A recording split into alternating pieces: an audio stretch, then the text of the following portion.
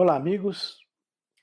Vamos dar início a mais uma preleção do Centro Espírita Allan Kardec de Campinas. E como sempre fazemos quando iniciamos uma tarefa na Casa Espírita, nós vamos fazer uma pequena prece para que a gente possa harmonizar o ambiente fluídico do nosso encontro. Então eu convido a todos para que elevemos os nossos pensamentos a Deus, nosso Pai de infinita bondade, a Jesus, nosso Mestre maior, nosso modelo de virtude, e aos bons espíritos, agradecendo por essa oportunidade e desejando que eles possam estar conosco nesse momento, facilitando o entendimento da preleção que será iniciada e que todos possam assimilar com sabedoria e com inteligência os ensinamentos do Mestre Jesus que serão passados a partir desse momento. Se conosco, Mestre amado, em todos os dias da nossa vida.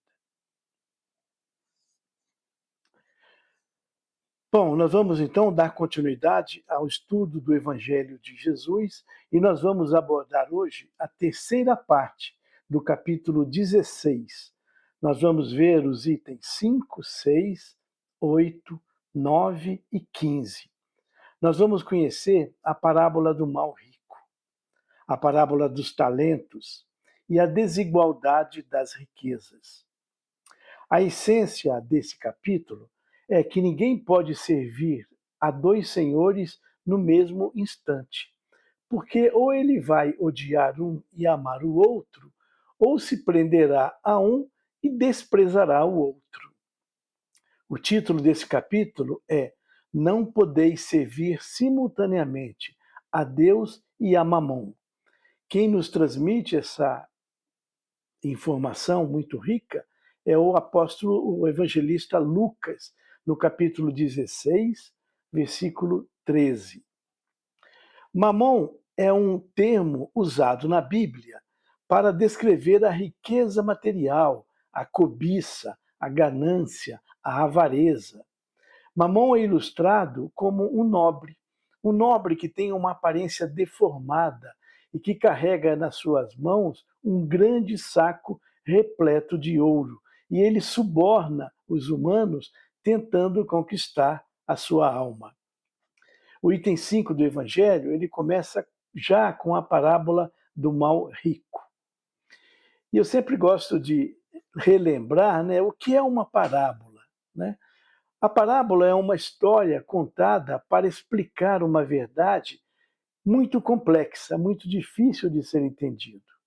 Jesus contava parábolas para os ensinamentos porque ele entendia que essa era a melhor maneira para transmitir a mensagem de uma forma que fosse fácil, né, de ser compreendida para aqueles homens muito rude, muito simples daquela época. Uma parábola, ela não narra coisas que tenham necessariamente acontecido. Elas são histórias ilustrativas, mas que revelam uma verdade muito profunda. Então, a parábola começa assim: um rico vivia em seu palacete, vestindo-se com finas roupas e comendo muito bem todos os dias. Havia também nas imediações um homem muito pobre, que chamava Lázaro. Esse Lázaro era coberto de feridas e ele se alimentava também de uma forma muito mal. Ele não tinha condições de ter uma boa alimentação. Lázaro ficava na porta do rico, esperando receber aquilo que sobrava, as migalhas, né, da sua mesa. Mas ninguém o ajudava e ele não podia mover-se para buscar, né, essa possível ajuda. Um dia, o pobre Lázaro morreu e foi levado pelos anjos até Abraão. Algum tempo depois, o rico também morreu, só que teve por destino o inferno. No meio de seus sofrimentos, ele levantou os olhos e de longe ele viu Abraão. Mas Abraão estava na presença de Lázaro. E ele disse: Pai Abraão, tem piedade de mim e peça para que Lázaro me dê um pouco da água para refrescar a minha língua, pois sofro terrível tormento nesse calor. Mas Abraão lhes respondeu: Meu filho, lembra-te de que recebeste em vida teus bens e de que Lázaro só teve problema. Por isso, ele agora está na consolação e você nos tormentos, pois existe um grande abismo, uma grande diferença entre vocês dois. Os que querem passar daqui para ali não o podem, como também ninguém pode passar do lugar onde está para aqui. O rico então falou: Eu entendo, te suplico, pai Abraão, que mande alguém para a casa do meu pai, onde tenho 5 irmãos. Alguém para lhe dar testemunho destas coisas, para que eles também não venham para este mesmo lugar em que eu estou.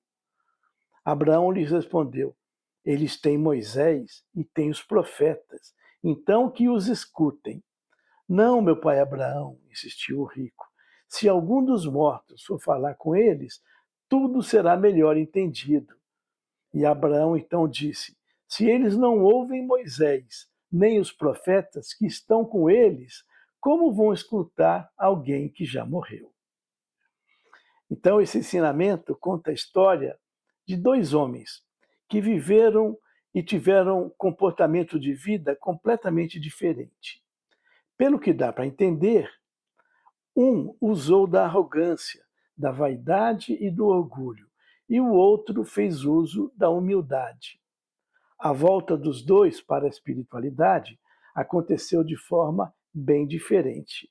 Da mesma forma que diferente foi o comportamento que os dois deram às suas vidas enquanto vivos.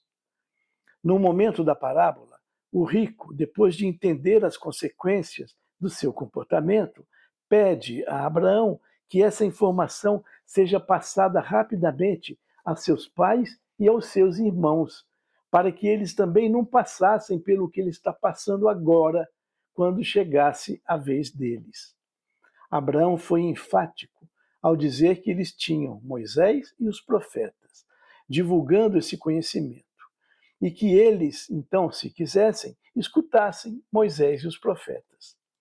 Esse ensino é a confirmação da lei da caridade. Os 2 personagens correspondem à humanidade de um modo geral, sempre rebelde aos impulsos dos bons propósitos e da verdade. O rico pode simbolizar os que tratam da vida do corpo e se esquecem da vida espiritual. São os que buscam a felicidade no comer, no beber, no vestir. São os egoístas, os orgulhosos, os escravos do mundo. Lázaro, que é o pobre da parábola, representa os excluídos da sociedade. Embora existam muitos Lázaros que, nada possuindo, ainda assim conservam bem forte o sentimento do orgulho e da vaidade. Mas Jesus se referiu aos que sofrem com resignação. São aqueles que mais valorizam as coisas de Deus e entendem muito bem qual é o propósito do sofrimento. Outra lição que a gente pode ter é que as ações praticadas no plano físico atuam, sim, diretamente nas consequências que se terá na volta ao plano espiritual. E que o sofrimento de hoje pode nos apontar as falhas que tivemos no passado e constitui, sim, oportunidades de ajustes para as alegrias futuras que um dia irão de vir. Só com o nosso esforço próprio, na observação e na prática dos ensinamentos, é que conseguiremos entender que hoje estamos herdando o que fomos no passado e amanhã iremos colher aquilo que estivermos plantando hoje. Ou seja, hoje nós vamos construir o nosso amanhã. Essas informações, elas estão disponíveis para todos, basta ter vontade para conhecer. Mas esse progresso é tarefa individual e intransferível, né, que cada um vai ter que encontrar o seu momento para buscar esse despertar. O Evangelho, então, continua com uma outra parábola, que é a parábola dos talentos. Nessa parábola, o Senhor age como um homem que, tendo de fazer uma viagem longa para fora do seu país, chamou os seus servidores e dividiu entre eles os seus bens, segundo a capacidade que cada um tinha para administrá-los. Ele confiou a eles o cuidado desses tesouros. Dessa forma, deu 5 talentos a um, deu 2 a outro, e somente 1 talento ao terceiro. Aconteceu que os 2 primeiros multiplicaram o que tinham recebido, e o terceiro, aquele que recebeu somente 1 talento, o que ele fez? Cavou um buraco no chão e ali escondeu o tesouro. Muito tempo se passou depois desse acontecimento, e o Senhor acabou voltando para seu local, para sua cidade, né? E pediu a eles as notícias sobre os talentos que eles tinham confiado. Para aquele que tinha recebido 5 talentos e multiplicou o valor, disse o Senhor: servidor bom e fiel, pois que foste fiel em pouca coisa, vou te confiar muitas outras. Pode compartilhar da alegria do teu Senhor. Da mesma forma, o que recebeu 2 talentos se apresentou e mostrou os outros 2 que lhe tinha ganho. E disse o Senhor: bom e fiel servidor, pois se foste fiel em pouca coisa, vou te confiar muitas outras. Pode compartilhar da alegria do teu Senhor. E veio em seguida o que recebeu apenas 1 talento, e disse: Senhor, sei que és homem severo, que ceifas onde não semeaste, e colhe onde nada colocaste. Por isso, como tinha medo, escondi o meu talento, escondi na terra. Mas aqui está ele, devolvo o que te pertence. O Senhor, então, observando isso, lhe respondeu: servidor mau, servidor preguiçoso, se sabias que eu ceifo onde não semeei e que colho onde nada coloquei, devias pelo menos ter colocado o meu dinheiro na mão dos banqueiros, a fim de que, regressando, eu retirasse com juros o que me pertence. Vou-lhe tirar o talento que te dei e entregá-lo ao que tem mais. E que tu sejas lançado nas trevas exteriores, onde haverá muito sofrimento. Essa passagem está em Mateus, capítulo 25.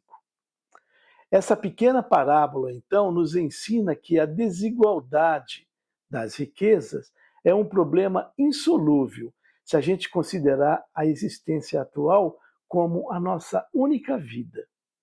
Ou seja, ela não faz o menor sentido se a gente acreditar que depois do nosso desencarne, depois da nossa morte, nada vai acontecer. Do ponto de vista espírita, a parábola se dirige aos que tiveram a felicidade de receber os talentos do conhecimento espírita. Se esse conhecimento for usado para o nosso proveito e compartilhado com os outros, seremos como os trabalhadores que receberam 2 e 3 talentos e cuidaram muito bem desses talentos. Como Pai de infinita bondade, Deus reparte com todos igualmente os seus dons.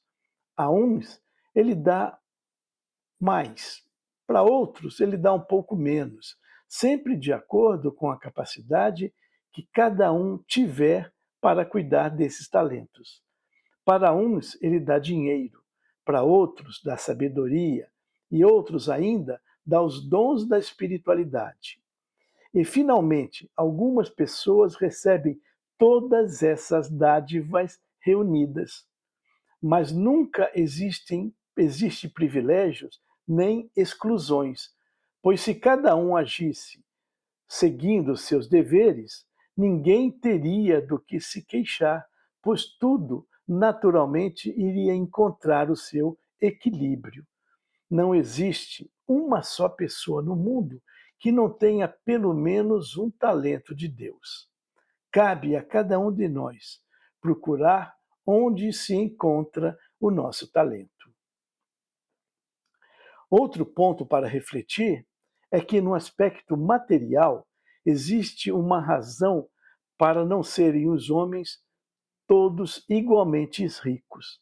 Ou seja, porque existe tanta diferença entre nós? Qual será a razão de tanta desigualdade, principalmente as financeiras? Por uma razão muito simples. As pessoas não são igualmente inteligentes, ativas e trabalhadoras para adquirir e nem previdentes para conservar os bens materiais. Assim, se a gente possuísse todos, né, a mesma riqueza, toda essa desigualdade iria acontecer, rompendo a igualdade que se pretendia alcançar. A desigualdade entre nós é tão grande que esse equilíbrio não duraria muito tempo. Se a riqueza fosse dividida, o resultado seria a destruição de todos os trabalhos que colaboram para o progresso e para o bem-estar. Pois se cada um tivesse garantido o necessário, já não haveria o estímulo que impulsiona os homens para as grandes descobertas, as grandes invenções, ao progresso. Por outro lado, Deus também concede a pessoas incapazes uma riqueza que será usada somente para o bem pessoal e não de todos. Por que isso acontece? É que, pelo uso do livre-arbítrio, Deus espera que ele chegue, por experiência própria, a separar o bem do mal, e que a prática do bem resulte dos seus esforços e da sua vontade. A riqueza e a fortuna são como um teste bem difícil e onde a maioria dos que passam, né, não se saem bem. Nesse teste, Deus percebe quem faz um bom uso do dinheiro e ainda conhece aquele que é imprudente, né, com o trato do dinheiro, já que toda a riqueza do mundo pertence a quem? A Deus. Todos os bens materiais, eles estão confiados a nós, mas eles pertencem a Deus. O que nós temos realmente de plena propriedade é somente aquilo que a gente pode levar quando nós saímos deste mundo, que é a nossa inteligência e os conhecimentos morais que a gente adquirir aqui na Terra. Os bens materiais, Deus vai distribuí-los segundo os seus critérios de justiça e de misericórdia. Mas isso não quer dizer que não vamos dar importância às conquistas materiais. Elas são e continuarão a ser importantes conquistas de auxílio e manutenção da vida do corpo, a aquisição de conhecimentos e ao serviço fraterno. Mas nada além disso. Ou seja, eu vou repetir, conquistas materiais são importantes para a manutenção da vida do corpo, aquisição de conhecimento e conforto moral. Mas a gente não pode dar a esses bens um valor maior do que eles têm. O fato do homem ser somente um usufrutuário da sua fortuna e dos seus bens também permite que, de acordo com a vontade do Criador, os seus herdeiros possam gozar e usufruir dessa riqueza. Mas pode também impedir que isso aconteça e que a fortuna acumulada possa se desmoronar ao longo das existências. É isso que explica como as grandes fortunas não resistem a muitas gerações e rapidamente passam para outras mãos de outras famílias diferentes daquelas que as originaram. Isso comumente a gente percebe, né? A riqueza passa de uma família, né, para mesmo por algum tempo, mas logo, com o passar das gerações, o dinheiro acaba, se dissolve, é transferido para outra. Então, resumindo o que a gente já viu, as ações que praticamos no plano físico atuam diretamente nas consequências que teremos na volta ao plano espiritual. Com o esforço próprio, na observação e na prática do Evangelho, é que conseguiremos os ganhos para o nosso crescimento moral. Longe de ser um problema, o dinheiro ou a riqueza é uma importante ferramenta para a busca do conhecimento, né? E também para a prática da caridade, desde que ele seja dado a sua devida importância, né? Ou seja, vamos dar a ele a sua devida importância, mas nada além disso. O que realmente nos pertence por direito é aquilo que devemos levar desse mundo, ou seja, a nossa inteligência, o conhecimento e as qualidades morais que a gente vai adquirir nessa existência. Lidar com a riqueza e a pobreza são tarefas muito difíceis, que servem de teste para o espírito. Cabe a nós passarmos por uma e por outra experiência, colhendo o máximo de aprendizado possível e praticando o máximo de caridade que a gente possa, tanto nas experiências em que estivermos carência de dinheiro, como nas outras onde tivermos abundância de dinheiro. Vamos tratar os dois casos com sabedoria e com inteligência. Todas essas informações estão aí, ao alcance de todos, mas esse entendimento é uma tarefa individual e intransferível. É necessário que a gente desperte dentro de nós o desejo de conhecer essas verdades espirituais. E a doutrina espírita não é a única, mas é uma das formas de se adquirir esse conhecimento espiritual. Eu agradeço a todos pela oportunidade que tivemos, pela paciência e que o amor de Jesus possa permanecer no nosso coração em todos os dias da nossa vida.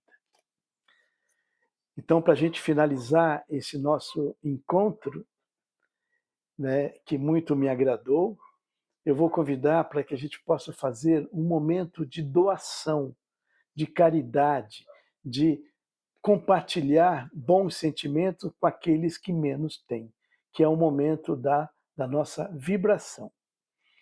Então, eu convido a todos para que ainda mantenhamos nossos pensamentos em elevação e que a gente possa agradecer a Deus pela oportunidade que tivemos. E, nesse momento, mentalizar aquelas pessoas menos favorecidas, aquelas que estão em desespero, aquelas que passaram pelos momentos de calamidade, como as que tiveram no sul do nosso país, para aquelas pessoas que estão nos campos de guerra, estão passando por dificuldades, privações, né, insegurança, desespero, que a gente possa, nesse momento, desejar que elas recebam o nosso abraço fraterno, cheio de bons sentimentos, de benevolência, de mansuetude, de resignação, de força e de esperança. E que, na medida do possível, esses sentimentos possam iniciar um momento de transformação, trazendo confiança e esperança para essas pessoas.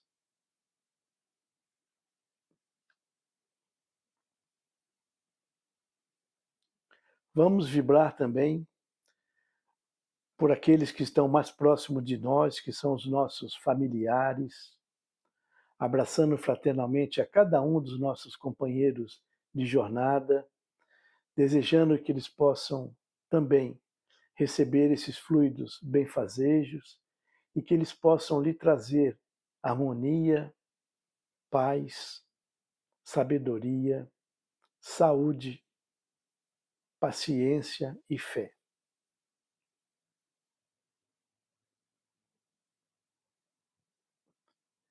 Quem de nós não conhece alguém que esteja passando por uma dificuldade nesse momento? Pode ser uma pessoa próxima a nós ou não, uma pessoa que a gente saiba que esteja passando por muita dificuldade, né? Dificuldades ligadas à saúde, à perda de emprego, a outros tipos de problema de convivência, qualquer problema que seja, que a gente possa também desejar que os ambientes gerados nesse momento, com o auxílio da espiritualidade amiga, possa trazer a transformação para essas pessoas, trazendo a solução do problema, se for possível, ou a esperança e a fé, para que eles consigam tirar ensinamentos nessas dores tão profundas por que eles passam, sempre entendendo que a dor, às vezes, são ferramentas que Deus nos empresta para que a gente possa adquirir o conhecimento, mesmo de uma forma dolorida, mas muito mais rápida do que de outra maneira.